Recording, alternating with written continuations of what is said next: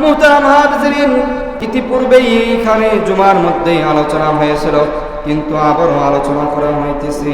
জুমার মধ্যে আলোচনা হয়েছিল যে হিন্দুস্তানের এক লোক, এমন মূর্খ একটা গ্রাম ছিল, এই গ্রামের মধ্যে সমস্ত মানুষ ছিল মূর্খ, অর্থাৎ মূর্খের গ্রাম ছিল।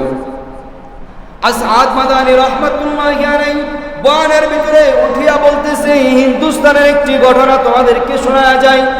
কোরআনের সাথে সম্পর্ক থাকলে কি হয়, কোরআনের সাথে মহাব্বত থাকলে কি হয়। হিন্দুস্তানের একটি ঘটনা আসআদ মাদানী রাহমাতুল্লাহি আলাইহি বলা শুরু করলো। বলতেছে, হিন্দুস্তানের এমন একটা গ্রাম ছিল, এমন একটা বস্তু ছিল, এমন একটা মহল্লা ছিল, যে মহল্লার মধ্যে এক ব্যক্তির ইন্তেকাল হয়ে গেছে। যখন মারা গেছে, মারা যাওয়ার সাথে সাথেই গ্রামের যে মানুষগুলো আছে সমস্ত মানুষ আসছে। আসার পর গ্রামের মানুষ পরস্পরে বলা শুরু করলো, আমরা তো কেউ জানাজা দিতে পারি না, আমরা তো কেউ কোরআন করতে পারি না, আমরা তো সবাই মূর্খ, তাহলে এই ব্যক্তি মারা গেছে, এই ব্যক্তিকে আমরা কিভাবে কাফন দাফন করব, কিভাবে কবরস্থ করব। পরস্পরে আলোচনা করতেছে। পরস্পরে যখন আলোচনা শেষ হল, তখন এই সিদ্ধান্ত উপনীত হলো যে তারা সিদ্ধান্ত নিল যে আমরা তো কেউ জানাজা দিতে পারবো না, আমরা তো মূর্খ, সবাই মূর্খ হওয়ার কারণে আমরা তো জানাজা দিতে পারবো না। সকলেই তাকে গোসল করাইলো, গোসল করাইয়া কাফন পরাইলো, কাফন পরাইয়া দূর ওই কবরস্থানে নিয়ে গেল। কবরস্থান ছিল এমন এক রাস্তার পাশ দিয়া, যেই রাস্তা ছিল মেন রাস্তা, অর্থাৎ দিনের ভিতরে। আগে তো মানুষজন কম ছিল, অর্থাৎ যখন মানুষ আসতো, অর্থাৎ সারা দিনের ভিতরে মানুষ এই রাস্তা দিয়া চলাফেরা করত। তারা মনস্থ করলো, আমরা এই লাশটাকে, এই যে ব্যক্তি মারা গেছে তাকে নিয়ে ওই কবরস্থানের কাছে যাই এবং ওই রাস্তার কাছে দাঁড়াই। যখন কোনো মানুষ যাবে আর কোনো হুজুর যদি পাশ দিয়া যায়, তাহলে আমরা ওই হুজুরকে ডাকিয়া জানাজা নামাজ পড়ে নেব। তারা সবাই লাশটাকে গোসল করাইলো, ভালো মতো গোসল করাইয়া কাঁধে নিয়া কবরস্থানের পাশে গেল। কবরস্থানের পাশে যায় বসে থাকলো, রাস্তার পাশে বসে আছে, কোনো মানুষ আসে না। অনেকক্ষণ হয়ে গেছে, ঘন্টা তিনেক পার হয়ে গেছে, কোনো মানুষ রাস্তা দিয়ে আসে না। দূর থেকে দেখা যায় বাইসাইকেলে করে, মাথায় টুপি, বড় জামা পরা, কে যেন আসতেছে। দূর থেকে তারা ইশারা করলো, সাইকেল কি তুমি থামে যাও। দূর থেকে ওই ব্যক্তি যখন দেখলো যে আমারে ইশারা করতেছে, কাছে আসিয়া সাইকেল থেকে নামিয়া বলল, কি হয়েছে তোমাদের, আমাকে থামাইলা কেন? মহল্লাবাসী ডাক দিয়া বলেন যে আমরা তো এমন এক গ্রামে বাস করি, আমাদের গ্রামের ভিতরে সবাই হচ্ছে মূর্খ, কেউ কোরআন পড়তে জানে না। এই ব্যক্তি মারা গেছে, তার কাফন কিভাবে করতে হয়, তার দাফন কিভাবে করতে হয়, জানাজা কিভাবে দিতে হয়, কবরে কিভাবে নামাইতে হয় আমরা জানি না। কিন্তু যদি আপনি দয়া করে মেহেরবানি করে তাকে যদি একটু জানাজা দিয়া দিতেন। লোকটা ডাক দিয়া বলল, না না, আমার তো সময় নাই, আমি সরকারি চাকরি করি, আমার সময় নাই, আমাকে তাড়াতাড়ি যেতে হবে। মহল্লাবাসী সবাই ওই ব্যক্তির পায়ের ভিতরে পড়ে গেল। পড়ে যাওয়ার পরে বলতেছে যে আমরা এমন এক মুসিবতের ভিতরে আছি, দয়া করে মেহেরবানি করে আপনি যদি একটু জানাজার নামাজটা পড়ায় দিতেন, তাহলে ভালো উপকার হতো, আমরা এই ব্যক্তিকে কবরস্থ করতে পারতাম। সারাদিন ধরে আমরা এখানে আছি, কোনো খাবার দাবার নাই আমাদের। ওই ব্যক্তি করলো, মনস্থ করলো, আচ্ছা ঠিক আছে, তাহলে জানাজা নামাজ যে পড়াবো, আমার তো ওযু নাই। লোকেরা বলে, আমরা পানি নিয়ে আসছি, তাহলে ওই পানি দেন। ওই পানি দিয়া ওই ব্যক্তি ওযু করলো, ওযু করার পর জানাজা নামাজ পড়াইয়া দিল।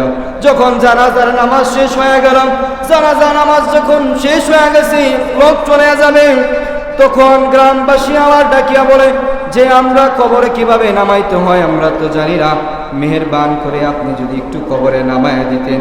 ওই ব্যক্তি বলল, আচ্ছা ঠিক আছে, কবরে নামাইয়া দেয়া গেলাম। যখন কবরে নামাইয়া সাথে সাথে ওই ব্যক্তি চলে গেছেন। চলে যাওয়ার পর বেশি যারা প্রতিবেশী ছিল, গ্রাম মহল্লাবাসী ছিল, সবাই তাকে কবরে মাটি দিয়া যার যার গ্রামে চলে গেছেন, বাড়িতে চলে গেছেন। সরকারি চাকরিজীবী যিনি ছিলেন, তিনিও সরকারি অফিসে চলে গেছেন। অফিসে যাওয়ার পরে এমনিতে লেট হয়ে গেছে, আবার যে তার সরকারি কাগজপত্র ছিল, কাগজপত্রগুলো পকেটের ভিতরে ছিল। দেখি হাত দিয়া পকেটের ভিতরে, যে কাগজপাতি পকেটের ভিতরে নাই। লোকটা অফিস থেকে বের হয়ে গেল, রাস্তা দিয়ে খুঁজতে খুঁজতে আসলো, আসিয়া কোথাও ওই কাগজ খুঁজে পেল না, ওই ডকুমেন্টস খুঁজে পেল না। তখন মনস্থ করলো হয়তো বা মাটি দেওয়ার সময় কবরের ভিতরে আমার কাগজগুলো পড়ে গেছে। আবার চলে গেল ওই মহল্লার ভিতরে, ওই গ্রামের ভিতরে, যা মহল্লাবাসীকে ডাক দেওয়া বলে, এ মহল্লাবাসী কে কোথায় আসো? মহল্লাবাসী বের হয়ে আইছে। বের হয়ে আসার পর মহল্লাবাসী বলে যে কি হয়েছে? হুজুর ডাক দেয়া বলে, কিছুক্ষণ পূর্বেই, ঘন্টা 40 মিনিট পূর্বেই আমি আপনাদেরকে একটা ইহসান করেছিলাম, আপনাদের এক ব্যক্তি মারা গেছে, আমি জানাজা দিয়া কবরে নামাই গেছি। কিন্তু আমি যখন কবরে নামাই, আমার যেই কাগজ, সরকারি কাগজগুলো, ডকুমেন্টসগুলো ছিল, ওই ডকুমেন্টসগুলো কবরের ভিতরে পড়ে যায়। আপনারা যদি আমার সাথে যান তাহলে কবর থেকে আমি কাগজগুলো বের করতে পারবো। মহল্লাবাসী ডাক দেয়া বলে, হুজুর আচ্ছা ঠিক আছে, কোনো যদি শরীয়তে কবর খোঁড়া আবার যদি কোনো সমস্যা না হয় তাহলে আমরা আপনার সাথে যাব, চলেন। সবাই আবার কবরস্থানে আসলেন, কবরের মাটি সরাইলেন। কবরের মাটি যখন সরাইয়া উপরের যে চাটাই ছিল, চাটাইটা একটুখানি সরাইছে। সরানোর সাথে সাথে ওই কবর থেকে এমন ফুলের ঘ্রাণ, এমন ঘ্রাণ বের হইতেছে, তাদের নাকির জীবনে এই ঘ্রাণ শোকে নাই। সবাই সাথে সাথে বাঁশ সরাইলো, বাঁশ যখন সরাইলো সাথে সাথে দেখে কবরের ভিতরে কি হালত। লোকটা ডাক দিয়া বলে, আয় রব্বুল আলামিন, কিছুক্ষণ পূর্বেই তো, ঘন্টা বা 40 মিনিট আগে তো তোমার এই বান্দারে কবরে রেখে এলাম।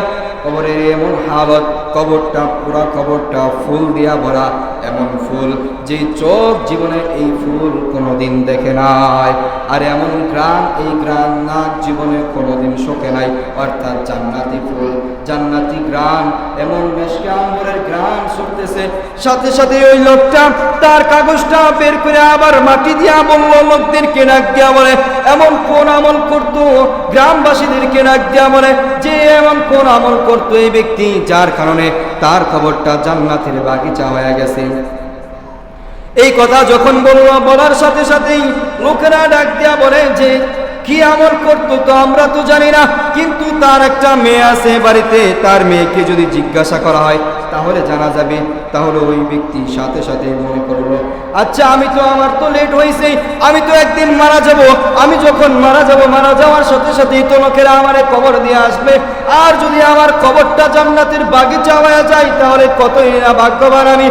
আর যদি আমার কবরটা জাহান্নামের গর্ত হয় তাহলে আমি বড় অভাগা হয়ে যাব। ওই ব্যক্তি চিন্তা করলো, না না, আর দেরি করা যাবে না, এমন কোন আমল করছে এই ব্যক্তি। সাথে সাথে ওই তার বাড়িতে চলে গেল, পর্দা মেনটেন করিয়া তার মেয়ের সাথে কথা বলল।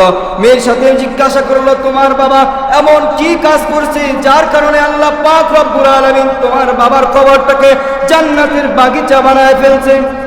মেয়ে ডাক দিয়া বলে, বাবা কি আমল করতো, বাবা কি আমল করতো আমি তো জানি না, কিন্তু বাবা কৃষি কাজ করতো। যখন মাঠে কাজ করার পরে বাড়িতে আসতো, বাড়িতে আসার পর বাবা ভালো করে ওই পুকুর থেকে হাত পা দিয়া অজু করে আসিয়া আমাদের ঘরের ভিতরে তক্তার উপরে কালো কাপড় দিয়া পেঁচানো একটা বড় মোটা বই আছে, বইটা নিয়া খুলিয়া হাত বুলাইতো আর কান্না করতো।